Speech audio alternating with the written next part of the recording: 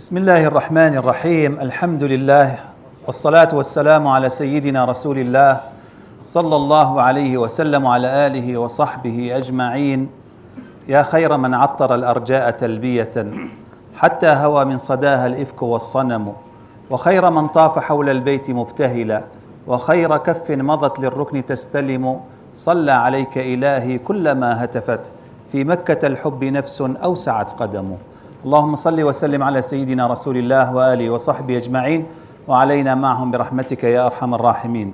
بداية أتقدم بجزيل الشكر إلى منظمة جيار، وأسأل الله أن يقيم بها حضارة الإسلام، وأشكر القائمين عليها على هذه الاستضافة الكريمة، وليس مقامي إلا مقام المستمع لا مقام المستمع.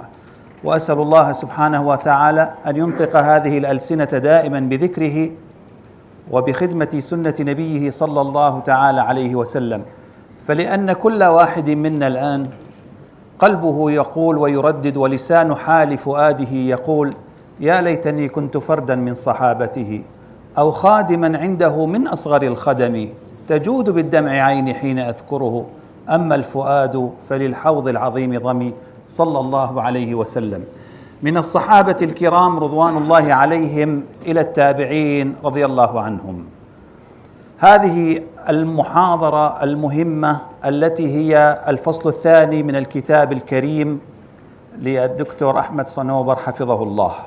هذا الفصل مهم جدا جدا، وحتى ألخص لكم قبل أن نفرش الكلام ثم نرجع فنجمعه، كنت أتكلم مع شيخنا الشيخ سردار أن هذا الكتاب يشبه طائرة الدرون استطاع أن يسلطها الدكتور أحمد صنوبر على القرون الثلاثة الأولى.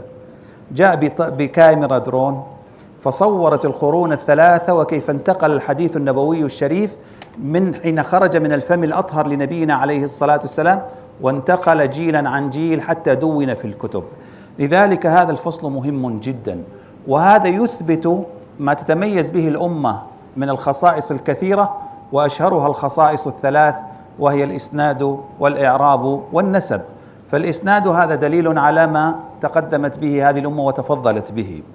هذا الكتاب الفصل الثاني هو عنوانه من الصحابة إلى التابعين، وهو حلقة في تسلسل الكتاب، لأنه اختار أن يكون كل فصل ركز فيه على الانتقال الجيلي للرواية من جيل إلى جيل، واستطاع أن يقدم شيئا جديدا، وهو في كل مفصل من فصول الكتاب أن يركز على قضيتين مهمتين: الأولى كيف انتقلت الرواية من جيل إلى جيل، والثاني أن هذا الانتقال صحبه نقد، وهذه قضية مهمة أيضا.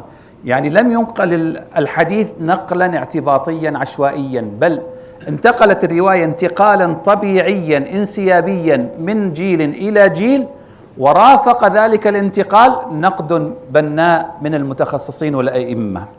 لذلك فصل مؤلف هذا الفصل إلى 3 مباحث. المبحث الأول تحدث فيه عن مراكز الحديث، وأنا سميتها أوعية العلم، أوعية الحديث.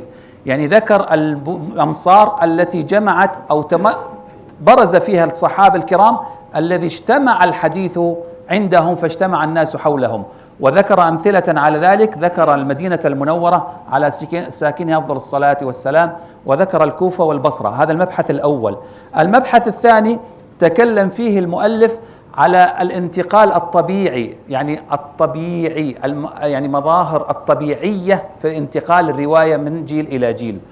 والفصل الثالث لا شك تكلم فيه على الانتقاد، وسماه السلطة النقدية المصاحبة لحركة الرواية. وجاء حين تكلم عن الأمصار أتى بأسماء الصحابة رضي الله عنهم وأرضاهم. هذا خلاصة الفصل، أنه تكلم عن 3 مباحث. الأول تحدث فيها عن أمصار كانت فيها مراكز العلم ومراكز الحديث، والفصل الثاني تحدث عن الانتقال الطبيعي للرواية، والفصل الثاني المطلب المبحث الثاني، والمبحث الثالث تكلم عن السلطة النقدية المصاحبة لحركة الرواية. في المبحث الثاني تكلم عن حين تكلم عن الانتقال الطبيعي فتكلم عن 4 أشياء: عن تنوع طرائق التحمل، عن رحلات البحث عن الحديث النبوي الشريف، وتكلم على أن الحفظ كان هو الأصل والكتابة كانت عونا له، وتكلم أيضا على أن الرواية انتقلت بتطور العمران في البلدان والأمصار. لما جاء إلى المبحث الثالث تكلم عن 4 أشياء، ونحن نتكلم عن السلطة النقدية، تكلم عن التفتيش عن الإسناد، وتكلم عن نقد المتن، وتكلم عن نقد السند، وتكلم عن التدقيق والاختبار في نقل الرواية. هذا الموجز. أما التفصيل يا كرام فإن المؤلف رتب كتابه على طبقات، وهذا التقسيم عقلي لا يمكن أن يخرج الإنسان عنه. حين تسلط الضوء على القرون الثلاثة الأولى ليس لك إلا أن تقسمهم على طبقات، وهذا الذي جرى عند علماء الرجال كما لا يخفى على حضراتكم. فجعل لكل انتقال جيلي للرواية فصلا مستقلا، وكما تفضل الدكتور سليمان وتكلم كثيرا وأبدع وأجاد. وأنا أقول لكم ولو هذا يعني خروج عن النص أنا ثبت عندي وهو ثابت، تسلم شيخ، أن ما خرج من القلب دخل إلى القلب. محاضرته دخلت في قلبي وأنا لا أفهم الكردية وأسأل الله أن أتعلمها، فهذا دليل أن ما خرج من القلب يدخل إلى القلب. أنا فهمته وتفاعلت معه وتأثرت به ولا أجيد الكردية، فهذا دليل إن شاء الله على صدقه وسعة علمه حفظه الله.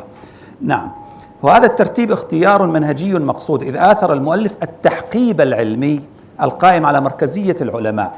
لم يرد المؤلف أن يعطي مساحة للسلطة في تأثيرها على نشر الحديث، إنما أعطى المساحة للعلماء، وهذا هو الكلام الحقيقي، لأن ما نشر الحديث إلا أئمته وأهله وهم الصحابة الكرام رضي الله عنهم ثم التابعون. فالكتاب لا يبحث في مسألة حجية السنة، إنما يبحث في انتقال الرواية بهدوء وانسيابية طبيعية من جيل إلى جيل. المبحث الأول والحديث في الأمصار. مع اتساع الفتوح في عهد الخلفاء الراشدين تفرق الصحابة رضي الله عنهم في الأمصار فاستقروا في مدن كثيرة، وهنا ركز على 3 مدن، منهم من رحل إلى الشام وإلى مصر، ومنهم من بقى في المدينة المنورة. ولم يكن هذا التفرق ارتحالا عابرا، بل كان تحولا، حول كل مصر إلى مركز علمي يأتي الناس ويقصدونه من أجل الحديث النبوي الشريف. وهنا نشأت ظاهرة المدارس الحديثية. أوعية العلم أن الصحابة الكرام رضي الله عنهم ليس من نقل الحديث ومن روى الحديث جيلا عن جيل ليس عددا محدودا من الصحابة. ما ذكره الدكتور سليمان من أن عدد الصحابة الذين رووا الحديث من 1300 إلى 1500، أوصلهم الإمام الذهبي إلى 1556 صحابيا. نريد أن نركز على قضية مهمة جدا أيضا كنت بحث معها جناب الشيخ سردار عنها، أن الحديث النبوي الشريف انتقل جيلا عن جيل بعموم المسلمين. لما النبي عليه الصلاة والسلام قال خير القرون قرني ثم الذين يلونهم ثم الذين يلونهم، فخيريتهم نالوها بانتسابهم للخير عليه الصلاة والسلام، إلا أن ذلك الجيل كان فيه أبو لهب، والجيل اللي بعده كان فيه مسيلمة الكذاب، وفيه كذا وكذا. إذن خيريتهم بانتسابهم لصاحب الخير لمصدر الخير عليه الصلاة والسلام. إذن الجيل المجتمع كله كان ينقل الحديث النبوي، والسنة الشريفة نقلت جيلا عن جيل، أب إلى أولاده وزوجته، والأولاد حين يكبرون إلى أبنائهم. فالحديث النبوي انتقل انتقالا جماعيا شعوبيا من المدينة المنورة إلى جميع الأرض. فليس هناك مسلم تعبد الله بغير السنة وبغير الحديث النبوي، لكن الصحابة الكرام 1500 وشوي اللي رووا الحديث جمعوا الأحاديث عندهم فقصدهم الناس لينقلوا عنهم الحديث. إلا جميع الصحابة الكرام رضي الله عنهم تناقلوا السنة الشريفة فعلا قبل أن يكون قولا، وهذه نقطة جدا مهمة. لا نظن أن القرون الثلاثة هي عبارة عن 1500 صحابي نقلوا لنا الحديث، لا، هذا ما كتب لنا، ما دون لنا.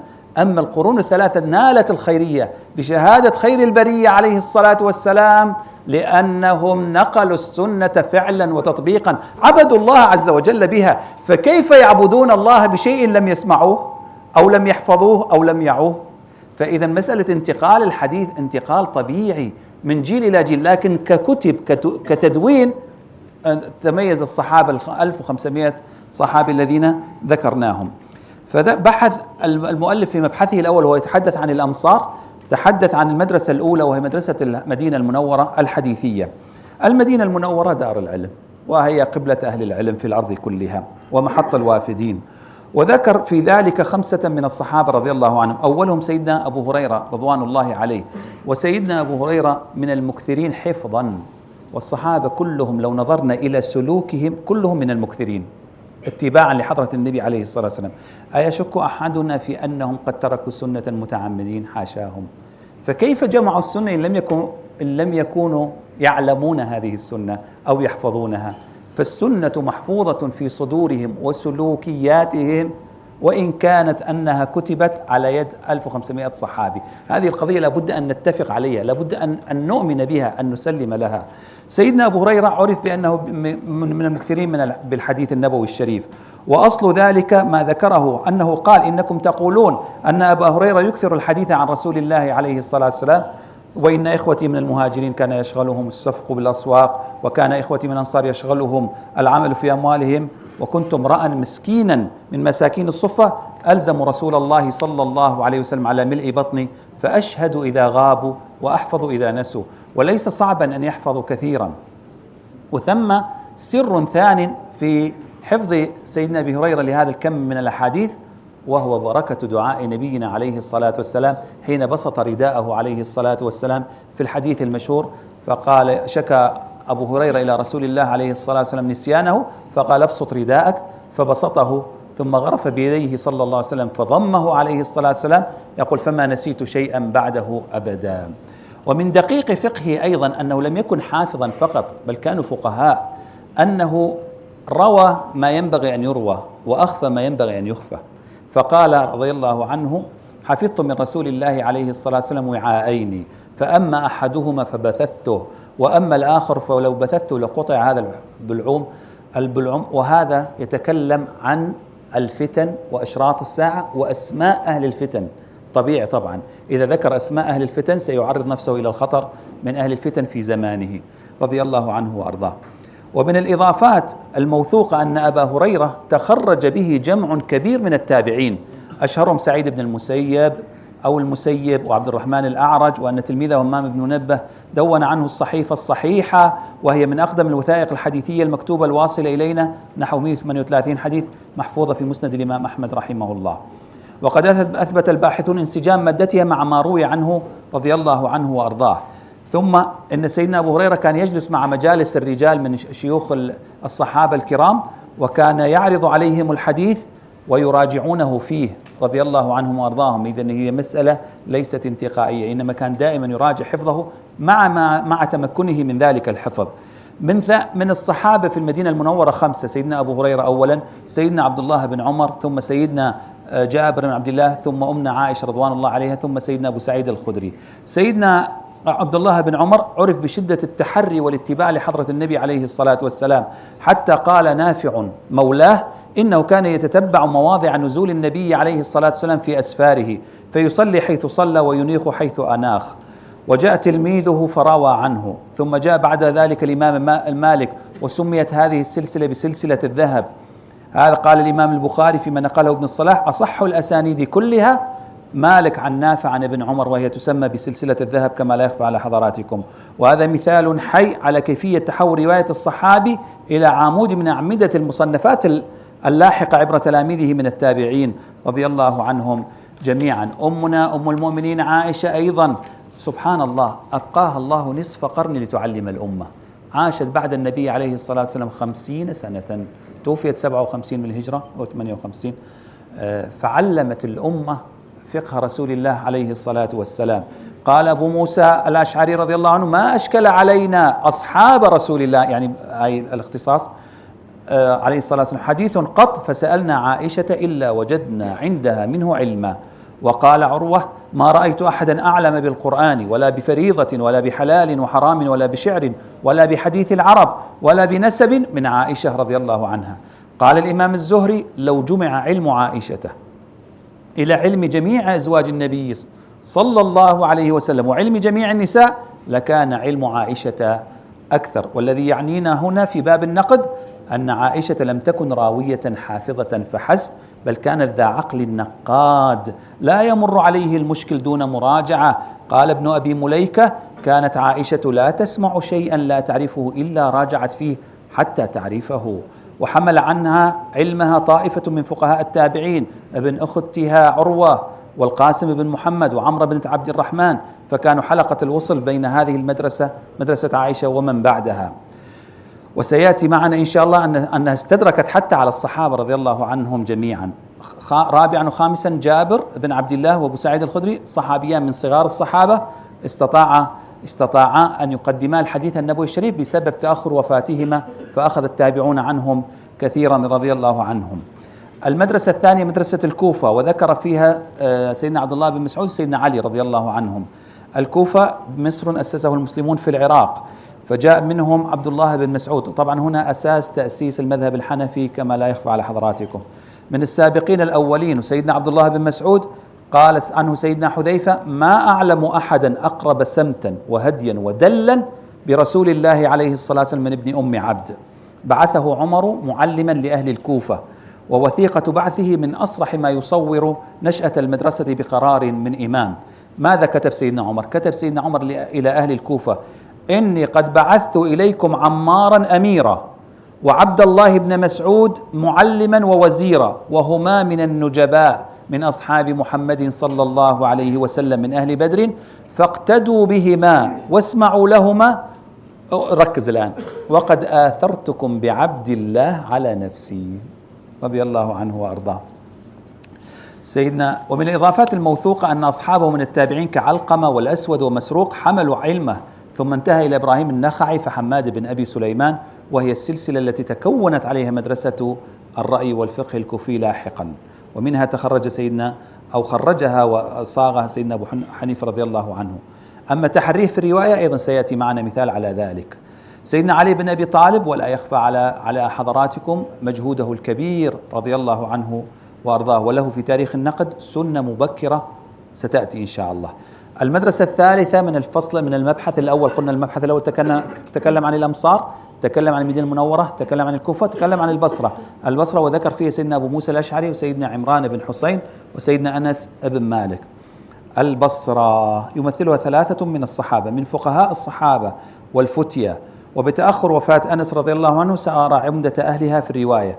ومن أهم الإضافات العلمية أن عنه أخذ كبار التابعين بالبصرة كالحسن البصري ومحمد بن سيرين وقتادة، وهم أعلام. فمن مجلس أنس في البصرة خرجت العبارة التي أرخت لاشتراط الإسناد على لسان ابن سيرين كما ذكر الشيخ الفاضل. والمقصود من المبحث كله هذا، المبحث الأول، أن خريطة انتشار الحديث جاءت منسجمة مع خريطة العمران، أن البلدان الإسلامية فتحت وأرسل إليها أوعية العلم، وأخذ الناس عنهم الحديث النبوي الشريف. المبحث الثاني وهو مظاهر الطبيعية في انتقال الحديث إلى التابعين، أن الرواية انتقلت بانسيابية وتلقائية منسجمة مع طبيعة الحياة العلمية والاجتماعية، وأن هذه الطبيعية في ذاتها قرينة تاريخية على صدق النقل وانتفاء التلفيق.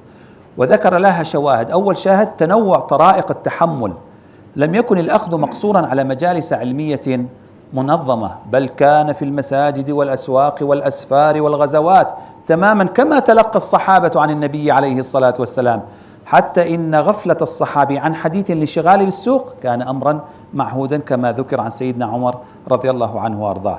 ثم بعد التنوع طرائق التحمل جاءت بدايات رحلة الحديث النبوي الشريف، أي ارتحلوا في طلب الحديث، وكان هذا من ديدن الصحابة وكبارهم رضي الله عنهم وأرضاهم.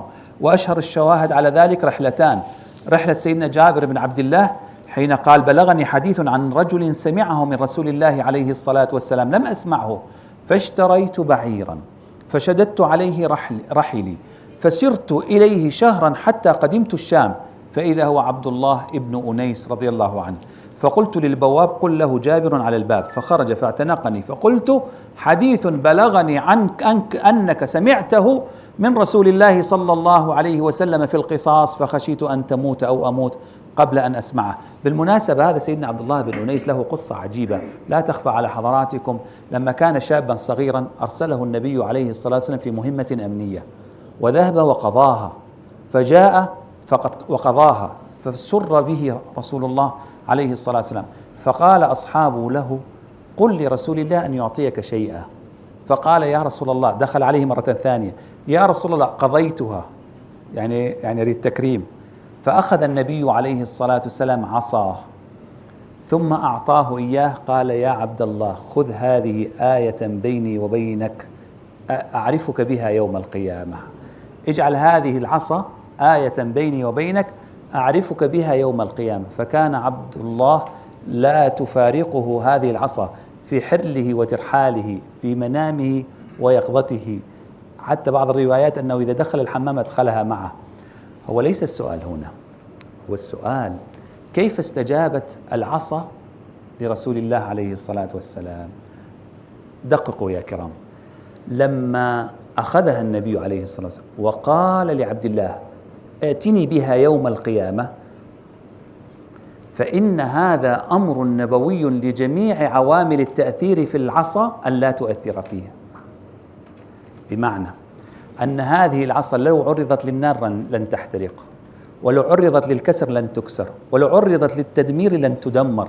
فالنبي عليه الصلاة والسلام حين قال له: ائتني بها يوم القيامة، فكأنه أعطاه عمرا كاملا إلى يوم القيامة لن تتعرض إلى أذى أبدا أبدا.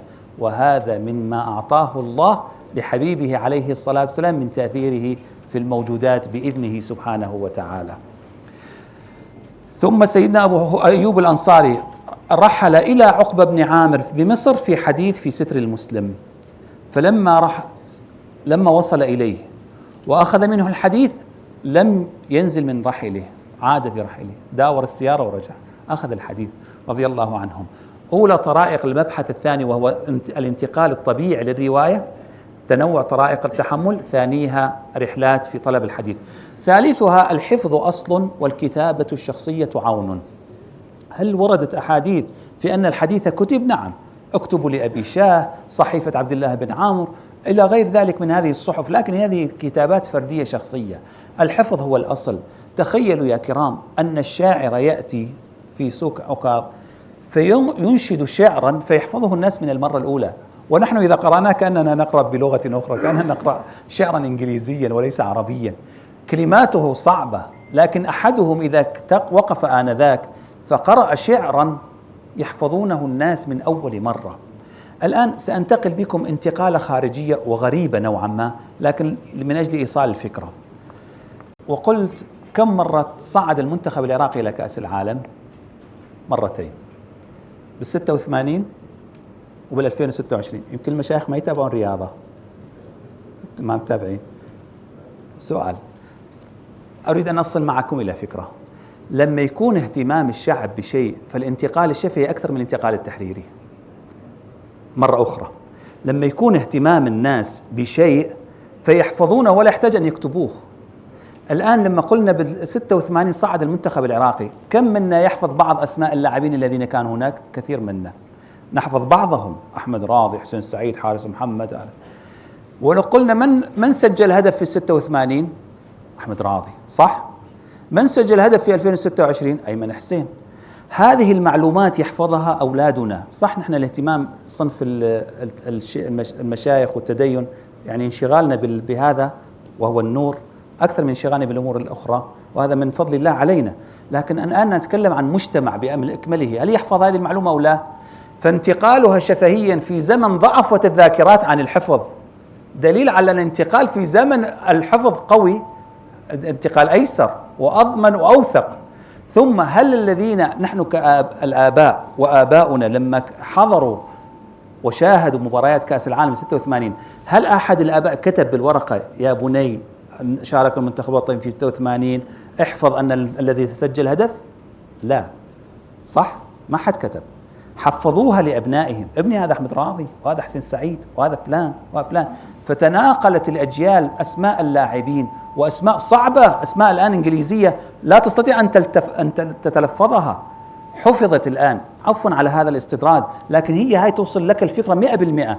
في زمنهم حفظهم أقوى واهتمامهم بالسنة الشريفة أشد، وانتقال الحديث النبوي حاجة لهم. يعني الرياضة الآن ليست حاجة بالبيت، يعني حين يريد أن يأكل لا يحتاج كيف يأكل اللاعب الذي يحبه، لكن هو في زمنهم إذا أراد أن يأكل يريد أن يتبع النبي صلى الله عليه وسلم، إذا أراد أن يدخل للوضوء يريد أن يتبع النبي عليه الصلاة والسلام. اهتمام شعبي، ذاكرة قوية، عبادة رب العالمين تثبت أن الانتقال الشفهي آنذاك بقوة الانتقال التحريري وإن لم يكن أكثر.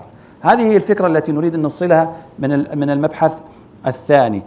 الرابع ارتباط الرواية بحركة العمران، أن لما المدن بدأت تفتح بدأ يرسل سيدنا عمر كما ذكرنا رجالا، وبدأ الصحابة ينتقلون. الآن عدد الصحابة في حجة الوداع أكثر من 114 ألف، وقيل أكثر من 124 ألف تقديرا، طبعا ماكو ديوان جماعهم، من عدد اللي بالقرى اللي ما جو للحج، لأن حجة الوداع ما كل الناس جت. عدد المدفونين في المدينة المنورة في البقيع في جنة البقيع 10,000 صحابي. إذن 110 ألف صحابي على أقل تقدير فهموا أن رسالة الإسلام أن تنشر لا أن يبقى، أن النور لابد أن ينتقل. بلغوا عني ومن أحسن قولا ممن دعا إلى الله وعمل صالحا. أستطيع أن أنتقل معكم إلى قصة شاهد من دمشق ونعود؟ أن تقريبا كملنا باستئذان سيد الجلسة، نص ساعة يعني باقي ربع ساعة. يا جميل. هل صليتم على الحبيب صلى الله عليه وسلم؟ هذه الذي سأذكرها لكم استئناس لا استدلال. حدثنا بها أحد علماء الشام، قال هناك شاب عمره ما بين 17 سنة إلى 18 سنة، كان شديد الحب لرسول الله عليه الصلاة والسلام منذ أن ولد، متعلق بالجناب النبوي الشريف، فعقد العزم على أن يذهب إلى المدينة المنورة، وودع أهله وقال لهم سأذهب لأكون خادما في المسجد النبوي الشريف ولن أعود حتى أموت هناك. وذهب هناك والكلام قديم، وبقي هناك في المسجد النبوي الشريف يخدم الحاضرين والضيوف ويعمل. بعد أشهر أقل من سنة رأى حضرة النبي صلى الله عليه وسلم في المنام وهو حافظ للقرآن الكريم، فقال له عليه الصلاة والسلام يا فلان عد إلى الشام وعلم القرآن، فإنك هنا تسعد ولا ترقى وهناك تسعد وترقى. فإنك هنا تسعد ولا ترقى وهناك تسعد ولا وترقى.